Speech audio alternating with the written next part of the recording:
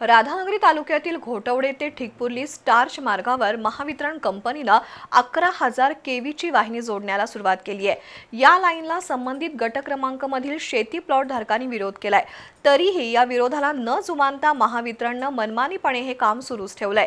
या लाईनमुळे संबंधित शेतकऱ्यांना नव्याने बांधणाऱ्या घरांना तसंच सध्या राहणाऱ्या घरांना अडथळा निर्माण होणार असून ही लाईन महावितरणने या ठिकाणाहून दुसरीकडून न्यावी अशी मागणी प्लॉट धारकांनी केली आहे। राधानगरी तालुक्यातील घोटवडे ते ठिकपुर्ली या मार्गालगत 167 गट क्रमांकासमोरून महावितरण कंपनीने एका खासगी कंपनीसाठी 11,000 केव्हीची इलेक्ट्रिक लाईन ओढण्याचं काम सुरू आहे। त्याचा भविष्यामध्ये या गट क्रमांकामधील शेती प्लॉट धारकांना त्रास होणार असून त्याला त्यांनी कडाडून विरोध केलाय। सध्या या ठिकाणी काही शेतकऱ्यांनी स्वतःला राहण्यासाठी घराची बांधणी केली आहे, तर काही मंडळी नव्याने घर बांधण्याच्या तयारीत आहेत। हे शेतकरी अल्पभूधारक असून भविष्यामध्ये या लाईनच्या शेजारी घर बांधण्यासाठी महावितरणचाच विरोध असणार आहे। सध्या या ठिकाणाहून घरगुती वीज पुरवठा करण्यासाठी विद्युत खांब उभारले गेले आहेत, तरी देखील त्याच्या शेजारी या उच्च दाबाची विद्युत वाहिनी कोणाच्या तरी स्वार्थासाठी नेली जाते।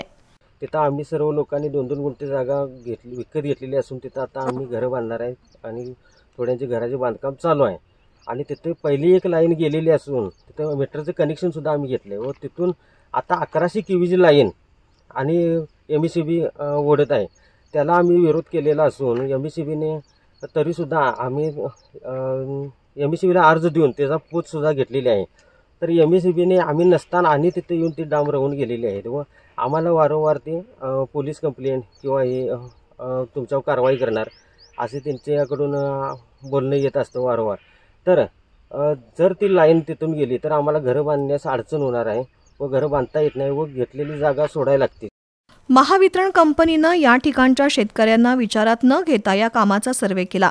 महावितरणने तात्काळ हे काम थांबवावं, अन्यथा कुटुंबासह आंदोलनाचा पवित्रा घेतला जाईल असा इशारा प्लॉट धारकांनी दिलाय।